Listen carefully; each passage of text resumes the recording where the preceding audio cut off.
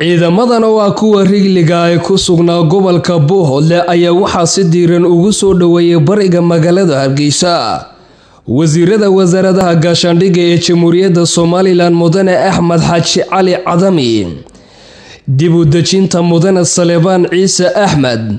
wasiir ku-xigeenka wasaaradda arrimaha gudaha ee Jamhuuriyadda Somaliland Mudane Cismaan Garaad Soofe wasiirka wasaaradda gaashaandhigga ee Jamhuuriyadda Somaliland Mudane Axmed Xaaji Cali Cadami oo madasha soo dhaweynta ka hadlay ayaa sheegay in si kaliya laba ay ugu soo dhaweynayaan caasimadda Jamhuuriyadda Somaliland ee Hargeysa saraakiishan iyagoo ka wakiila xukuumadda Somaliland ugu horeyn waxaan soo dhaweynaynaa ciidanka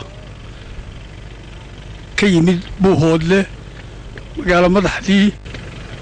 oo iyagoo daalan haddaan halka ku qaabilay run ahaantiina qaabiladaas waa soo dhaweyn naga dhab ah oo niyad sami ah waan weliba wakiil kaga nahay dadka mas'uuliyiinta Jamhuuriyadda Somaliland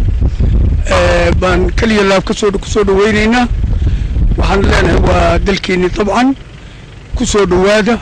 maruu telefishinka qaranka Somaliland wax ka weydiiyay wasiirka gaashaandhigga ee Jamhuuriyadda Somaliland in wax fariina uu diraya cid kale jecel inay ku soo biiraan ciidamada qaranka waxa uu yiri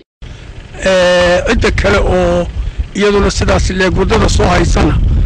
iyagana sidaas leeg baan soo dhaweynaynaa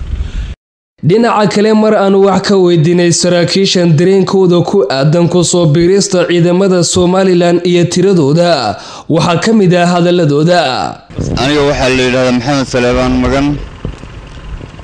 waxaanu safar soo galay annagoo ka wakiila ciidankii Buuhoodle dhamaantii aanu xalay soo galay safarta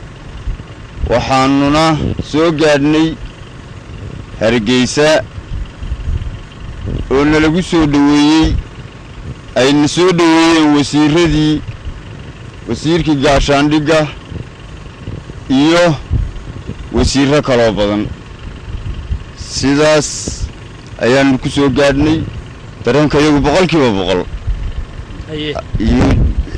yaanu dareemaynaa iyo kalsoonida iyaduba imsa sarkaal baatiin